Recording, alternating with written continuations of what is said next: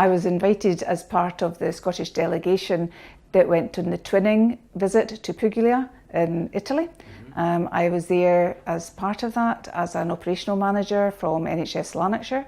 We were part of the Technology Enabled Care programme in Scotland, and I went over because of that. I found it really interesting to use the Scirocco tool.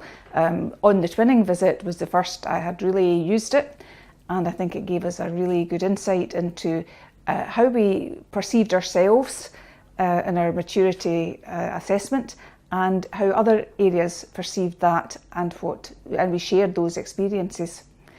To the people of Scotland, I think the value in this tool is actually allowing us to drill down into what the key objectives and aims we should be striving for as far as integration. We're still in a journey with integration, and I think this is something that will aid our real understanding at various multi-levels on what we should be doing and what we can try to do and where we are in that journey. I think it's more about the journey than it actually is about simply implementing best practice from somewhere else. We have already had some discussion over trying to adapt the tool very slightly to use it in a digital integration model, rather than just simply integration, but simply tweaking it so that we can actually use it to assess our maturity, either in Lanarkshire or beyond, in our digital maturity. So it's about changing slightly the wording and the explanations of each of the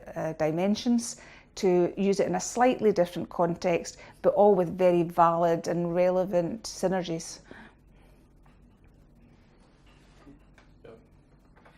And finally, Morag, what do you think will be your main takeaway from the project?